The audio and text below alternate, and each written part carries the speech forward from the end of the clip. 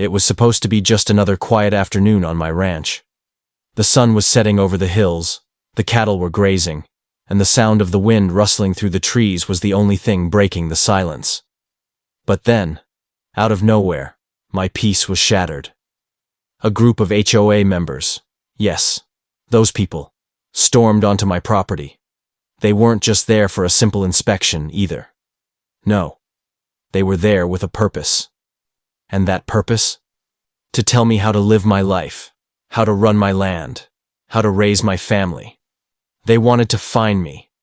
They wanted to take away my peace, and they didn't care what it took to do it.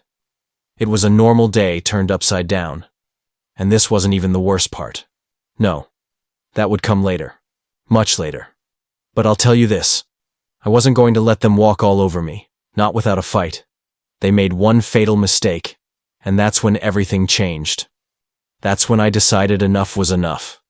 Just wait until you hear how it all went down. Trust me, you won't believe the lengths they went to, and the lengths I had to go to in return. Let's rewind a little. I've lived on this ranch for over 10 years. It's my sanctuary. My wife and kids, we've built a life here. It's quiet. It's peaceful. It's ours. But apparently, that was a problem for the HOA. It all started with a letter. At first, it seemed harmless enough. We've noticed some minor violations of HOA regulations, it said. Please address them or face fines. I thought it was just a misunderstanding. But when I called the number on the letter, things got strange. The voice on the other end was snide, dismissive. You're not following the rules, they said. We'll be sending someone out to inspect. I agreed to the inspection, hoping it was all a mistake. But when they showed up, I knew something was off. The HOA member in charge, a woman named Karen, yes, I'm using that term on purpose, was rude from the start. She started nitpicking every detail. The fence was too tall. The barn was in need of painting. The grass wasn't neatly trimmed enough. I tried to reason with her, tried to explain that I had things under control, but she wasn't listening. She was there to find problems, not solutions. Do you really think you can keep running things like this? She asked smugly. People like you don't belong in this neighborhood. That was just the beginning. I didn't know it at the time, but Karen's words were a warning. Things were about to get worse. After that first visit, it was like a switch had flipped. I started getting more letters, each one more aggressive than the last. Fines, threats, inspections. It didn't stop. They even started showing up without warning. One day, I'm sitting on my porch, enjoying a coffee, and boom. There's Karen again, standing at my gate like a storm cloud. Your cattle aren't penned properly, she says, shaking her head. We're going to have to fine you for that. My blood boiled. I didn't even know what she was talking about. My cattle were fine. But she wasn't there to be reasonable. She was there to make my life miserable. Then came the sabotage. I woke up one morning to find my truck's tires slashed. No note, no warning.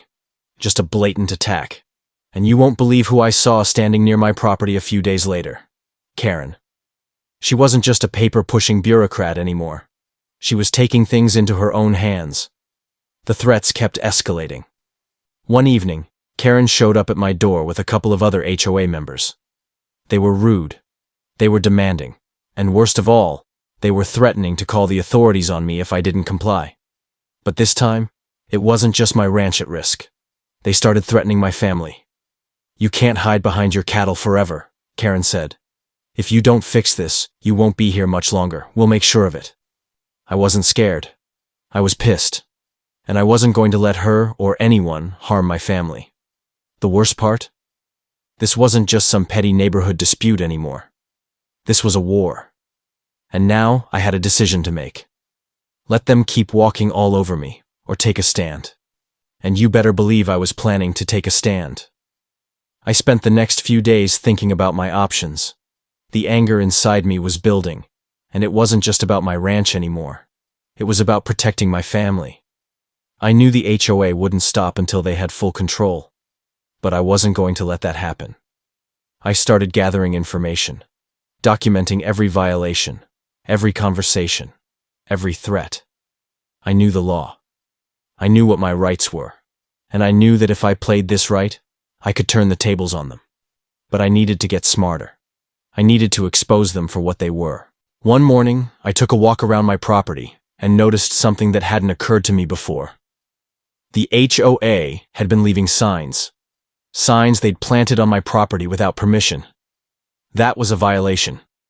And if they were going to push, I was going to push back even harder. I took action. I removed the signs, and in their place, I planted my own. Trespassing will not be tolerated. I made sure to send out a message that I wasn't the type to back down. Then, I started quietly organizing with other neighbors. They were fed up too. Slowly but surely, a small group of us formed a coalition. We'd all been victims of this HOA's overreach. And now, we had a plan. The day we decided to act, I felt calm. A sense of peace settled over me. This was it. I wasn't going to back down anymore. I smiled. The HOA didn't know it yet, but they were in for a surprise. The day of reckoning had arrived. Karen showed up again, this time with more HOA members in tow. They thought they were coming to push me around once more, but they were about to learn something. I wasn't the one they should be worried about. With my neighbors backing me up, I confronted Karen head-on. I'd gathered all the evidence I needed. I wasn't just talking to her anymore. I was talking to the authorities. I was talking to the media. Your days of harassment are over, I told her, watching as her confident smirk faltered. For the first time, Karen looked unsure. The power she thought she had? Gone. And now, it was her turn to be exposed. As the police arrived, she tried to play it off, but it was too late. The tide had turned. The look on her face when she realized she'd lost? Priceless. And that, my friends, was the end of it. The HOA members were forced to step down, and the whole neighborhood rallied behind me. But it wasn't just about winning. It was about standing up for what's right. We'd fought back against the entitled, overreaching few who thought they could control our lives. And we won. Now, I want to hear from you. Have you ever had to stand up to an unfair authority? What would you have done in my shoes? Comment below with your thoughts. Remember this lesson. You don't have to back down when you know you're in the right. The moment you start fighting for what's yours, your family, your property, your peace, that's when the real victory begins. And hey, if you've made it this far, comment, "Justice served," to let me know you're with me. Stay strong. Keep fighting for what's yours.